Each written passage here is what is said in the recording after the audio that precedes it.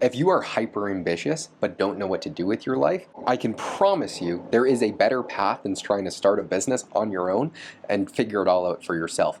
I know that so many people out there would prefer to find a mentor that could help them propel their journey substantially quicker than if they started to do every single thing on their own. And that is exactly what I did, and it was the best decision of my entire life. So what would I do going back? First off, what did I do? What would I change? Because now I have a business where now we have over 15 full-time employees and about 20 other independent contractors that we're working with. We are working with some of the largest clients in the entire world in the niche that we're in, which is the online organic social media agency, doing all of the organic, all of the back-end funneling into the for whatever products our clients have, and then we're continuously expanding into this full service agency. But I would never, ever, ever in the entire world be in the position that I am if I didn't take the first step of finding a mentor. So what I was doing, I was super ambitious when I was 17, 18 years old. I knew that I did not want to have the same life as everyone else. I didn't want to go to the same bar every single weekend and do the exact same thing. I just knew that that wasn't for me. I wanted to travel the world. Right now, I'm traveling the world with people that I love and care very much about. And it is way better than you could even imagine. Whatever I thought it was, it's actually cooler, which is amazing to say. So I made the cognizant decision when I was 18, or really 17, going on to my senior year of high school, that I did not want to go to college, that I wanted to start a business, but I wanted to start a business after finding a mentor that already was running a successful business. And what I was interested in was macroeconomics. First off, if you do want to do something, find out something that you are interested in. When I was 17, I said, I don't know much about this stuff. It was incredibly confusing. But I said, if I could figure this out, I might not do that for the rest of my life, but I'll at least have a better idea of what I'm going to do. And that's actually exactly what happened. I thought that I wanted to become a hedge fund manager and work under some sort of private equity or banker or working in some sort of hedge fund, doing macroeconomic research and eventually managing my own book.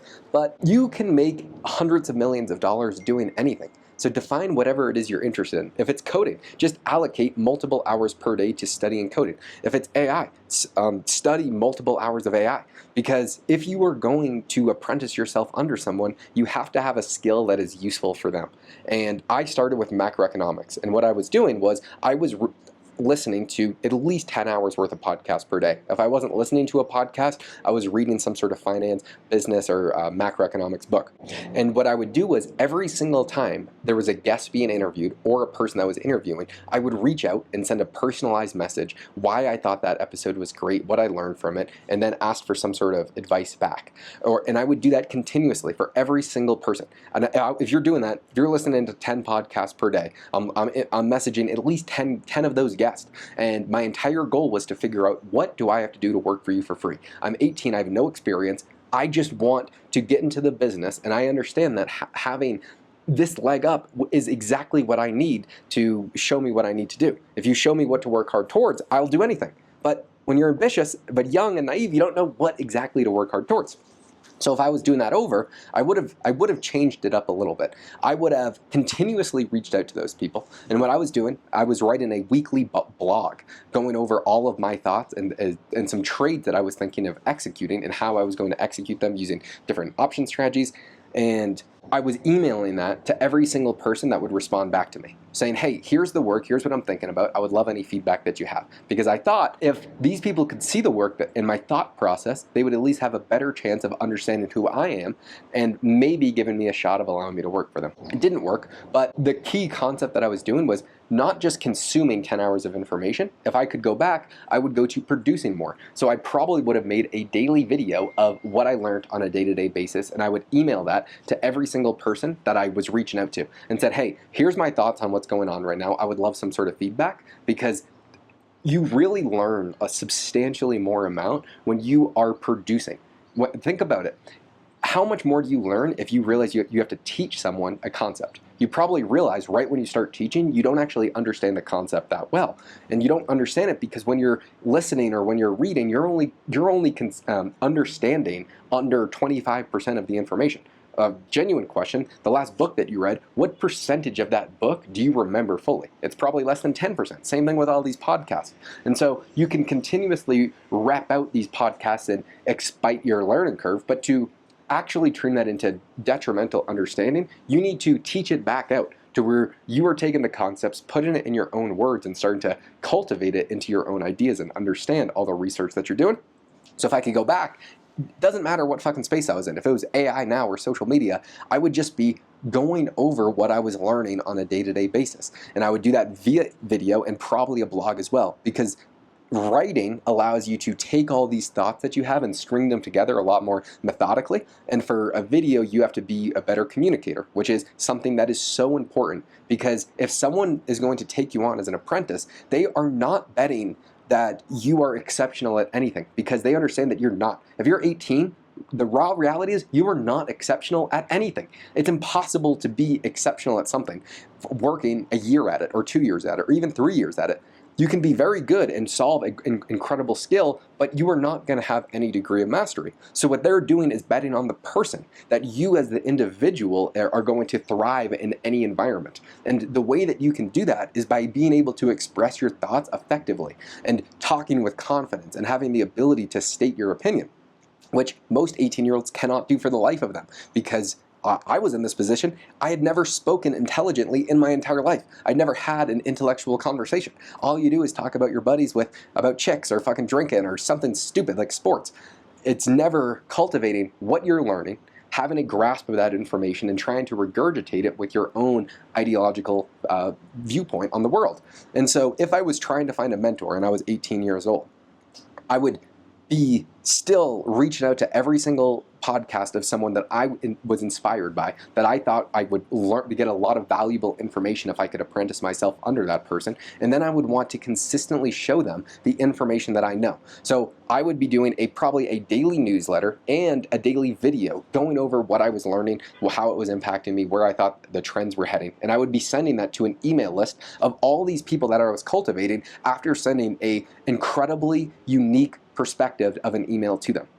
And I'm not going to write some sort of ChatGPT response. It's fine if that's what you do, but intelligent people are going to see a ChatGPT response instantly. If you just take the transcript of what they did and have dashes and all these ChatGPT sounding phrases, someone is going to pick up on that quite literally instantly. So don't let that be you. Take the time to actually think about it. Right now, there was just a study done that people are getting stupider because of AI, because they're delegating their thinking to AI. And you should be using AI to enhance the quality of your work, but you should not allow it to delegate your thinking.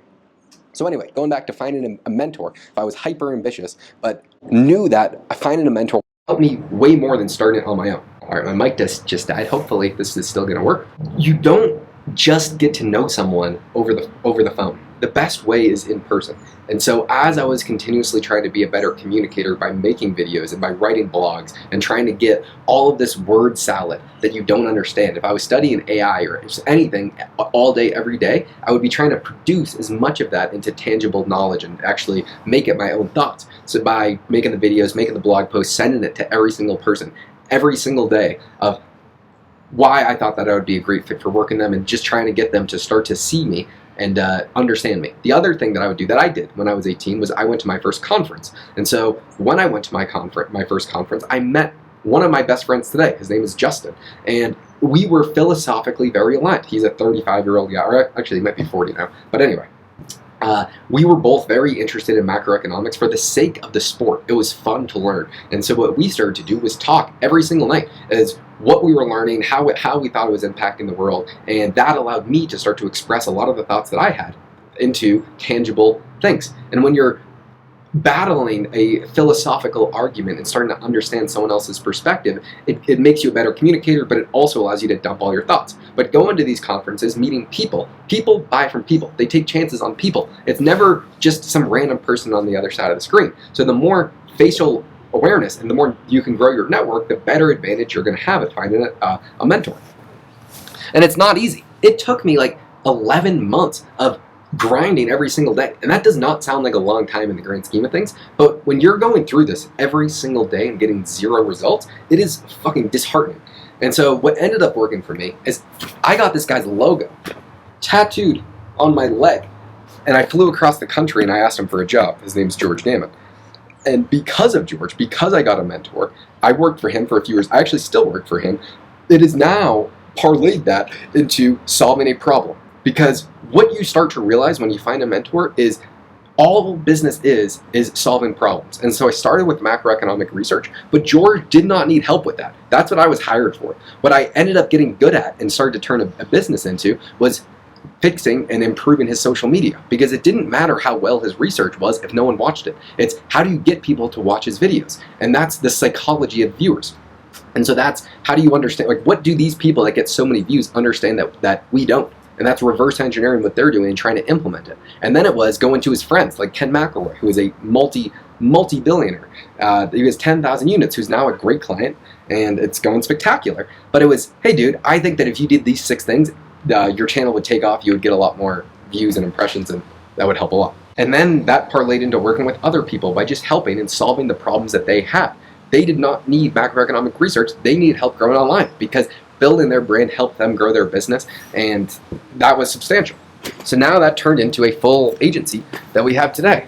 But it really starts with finding a mentor. That now I have many mentors, but it also helps you get your first few clients for your business.